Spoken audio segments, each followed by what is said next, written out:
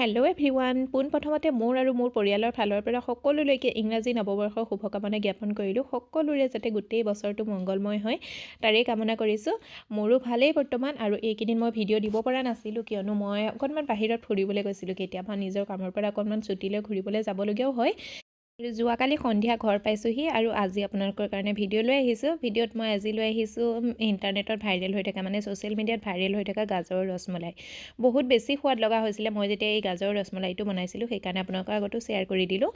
আৰু তাৰ কাৰণে মই দুটা গাজৰ লৈ লৈছোঁ। গাজৰ দুটা ভালদৰে ধুই পেলাই সৰু সৰু টুকুৰা কৰি পেলাই কাটি লৈছোঁ। আৰু সৰু সৰু টুকুৰা কৰি কাটাৰ পিছত মই এটা মিক্সাৰ জাৰত ট্ৰান্সফাৰ কৰি দিম। আৰু ইয়াত মই আধা বাতি গাখীৰ এড কৰি দিছোঁ। গাখীৰ এড কৰি পেলাই মই এইখিনি একদম ধুনীয়াকৈ পিচি ল'ম। বহুত মিহিনকৈ পিচিব পাৰে, যিমান মিহিন হ'ব নহয় সিমানে ভাল হ'ব ৰসমলাইটো খাবলৈ। আৰু এয়া দেখিছেনে, মই একদম ধুনীয়াকৈ মিহিনকৈ মই পিচি ল'লোঁ। পিছাৰ পিছত ইয়াৰ পৰা মই এতিয়া 2 চামুচ উলিয়াই পেলাই ছাইড কৰি থৈ দিম, আমাক পিছত দৰকাৰ হ'ব। আৰু আজিৰ এই ৰেচিপিটো বনাবৰ কাৰণে মই গাজৰটো অৰেঞ্জ কালাৰ লৈছোঁ। আমাৰ ইয়াত ৰঙা গাজৰটো নাপায়, মানে অকণমান কমকৈ পায়। যদি আপোনালোকে ৰঙা যোনটো গাজৰ হয় নহয় দীঘলীয়া, সেই গাজৰটো পায় নহয়, সেইটো গাজৰেই লৈ ল'ব। আৰু সেইটো গাজৰ হ'লে মানে বেছি অকণমান ভাল হয়। আৰু যদি অৰেঞ্জ কালাৰটো লয় নহয় তেতিয়াহ'লে চাই ল'ব যাতে গাজৰটো অকণমান মিঠা হ'ব লাগে।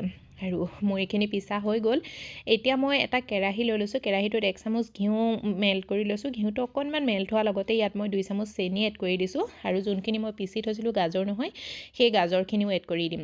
চেনি আৰু ঘিউটো অকণমান ভালদৰে মিলাই লৈছোঁ। তাৰপিছত মই গাজৰখিনি এড কৰি দিছোঁ। আৰু গাজৰ এড কৰাৰ লগতে মই ইয়াত আধা বাতি চুজি এড কৰি দিছোঁ। আৰু যোনটো বাতিৰে মই চুজি এড কৰিছোঁ নহয়, সেইটো বাতিৰে মই আধা বাতি গাখীৰো এড কৰি দিছোঁ। গাখীৰটো ৰুম টেম্পাৰেচাৰৰ গাখীৰ হয়, আপোনালোকে গৰম গাখীৰো ল'ব পাৰে, কিন্তু কেঁচা গাখীৰ নল'ব বা একেবাৰে ঠাণ্ডা গাখীৰো নল'ব, ফ্ৰিজৰ পৰা উলিওৱা গাখীৰটো। এতিয়া মই একেৰাহে লৰাই থাকিম ল' ফ্লেমত, যেতিয়ালৈকে চুজিখিনি এটা ডোৰ দৰে ৰেডি হৈ নাযায়। বহুত বেছি সময় নালাগে, 2 মিনিটমানত ধুনীয়াকৈ ডোৰ দৰে ৰেডি হৈ যায়।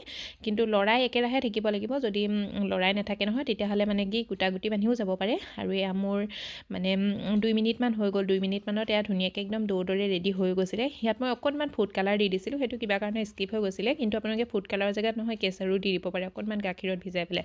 মোৰ তাত কেঁচাৰ যিহেতু নাছিলে সেইকাৰণে মই ফুড কালাৰকে দি দিছোঁ, বা ফুড কালাৰটো স্কিপো কৰিব পাৰে, দিলে দেখিবলৈ ভাল লাগে সেইকাৰণে মই এড কৰি দিছিলোঁ। আৰু এয়া মোৰ চুজিখিনি ডোৰ দৰে ৰেডি হৈ গ'ল, মানে যেতিয়া টাইট হৈ যায় নহয় ধুনীয়াকৈ, মই এতিয়া ঢাকি পেলাই 1 মিনিটমানৰ কাৰণে এইটো ষ্টিম হ'বলৈ দিম।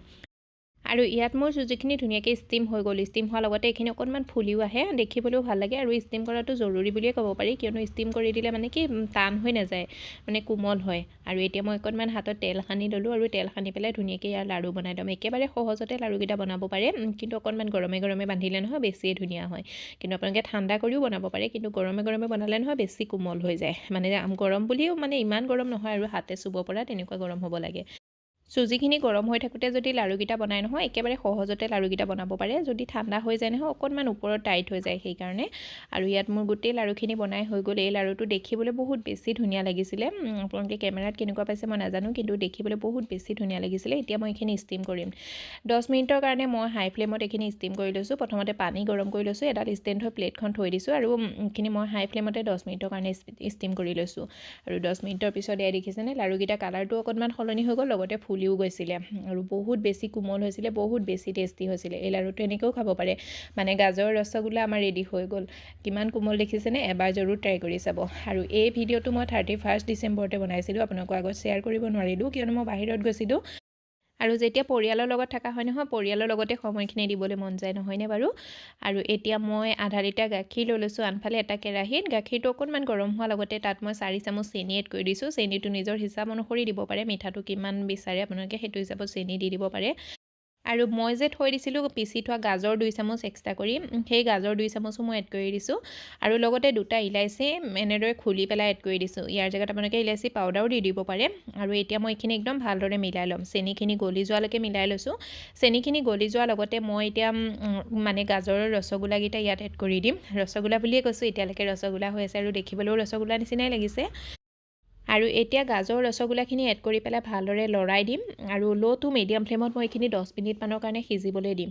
আৰু মাজে মাজে মই লৰাই আছোঁ, একেৰাহে লৰাই থাকিব লাগিব বুলি কোনো কথা নাই। আৰু যদি আপোনালোকৰ হাতত সময় কম থাকে নহয় তেতিয়াহ'লে ইয়াত আপোনালোকে প্ৰথমতেই কাষ্টাৰ্ড পাউডাৰ 2 চামুচ দি পেলাই গাখীৰত এড কৰি দিব পাৰে। কাষ্টাৰ্ড পাউডাৰ যদি এড কৰি দিয়ে নহয় গাখীৰটো সোনকালে ডাঠ হৈ যায়, বা কাষ্টাৰ্ড পাউডাৰৰ জেগাত আপোনালোকে মিল্ক পাউডাৰো ল'ব পাৰে। কিন্তু মই আজি একো লোৱা নাই, চিম্পুল গাখীৰখিনি মই অকণমান সময়ৰ কাৰণে লৰাই আছোঁ। মাজে মাজে লৰাই পেলাই মই গাখীৰখিনি অকণমান ডাঠ কৰি দিছোঁ আৰু এয়া মোৰ টোটেল 10 মিনিট হৈ গ'ল 10 মিনিটত এয়া ৰসমলাইটো ৰেডি হৈ গ'ল ইয়াত 10 মিনিট মোৰ লাগিছে 10 মিনিটত কিয়নো মই গৰুৰ গাখীৰ লৈছোঁ যিহেতু যদি আপোনালোকে ফুল ফেট গাখীৰ লয় নহয় তেতিয়াহ'লে হয়তো অকণমান কম সময়ো লাগিব পাৰে কিয়নো গাখীৰখিনি আমাৰ খালি অকণমান ডাঠ হ'ব লাগে তাতকৈ মানে বেলেগ একো নাই কিয়নো আমি ৰসগোল্লাখিনি প্ৰথমতে ষ্টিম কৰিয়ে লৈছোঁ ধুনীয়াকৈ সিজাই আছে আৰু এইখিনি অকণমান ফুলিহে যাব লাগে আৰু ইয়াত মোৰ 10 মিনিটত ৰেডি হৈ গ'ল কিন্তু আপোনালোকক অকণমান হয়তো 1-2 মিনিট কমো লাগিব পাৰে বা বেছিও লাগিব পাৰে আৰু এতিয়া মই এইখিনি একদম ভালদৰে ঠাণ্ডা কৰি ল'লোঁ যিমান ঠাণ্ডা হ'ব নহয় সিমানে ডাঠ হৈ গৈ থাকিব ঠাণ্ডা হোৱাৰ পিছত মই এখন চাৰ্ভিং প্লেটত সজাই ল'লোঁ আৰু এয়া আমাৰ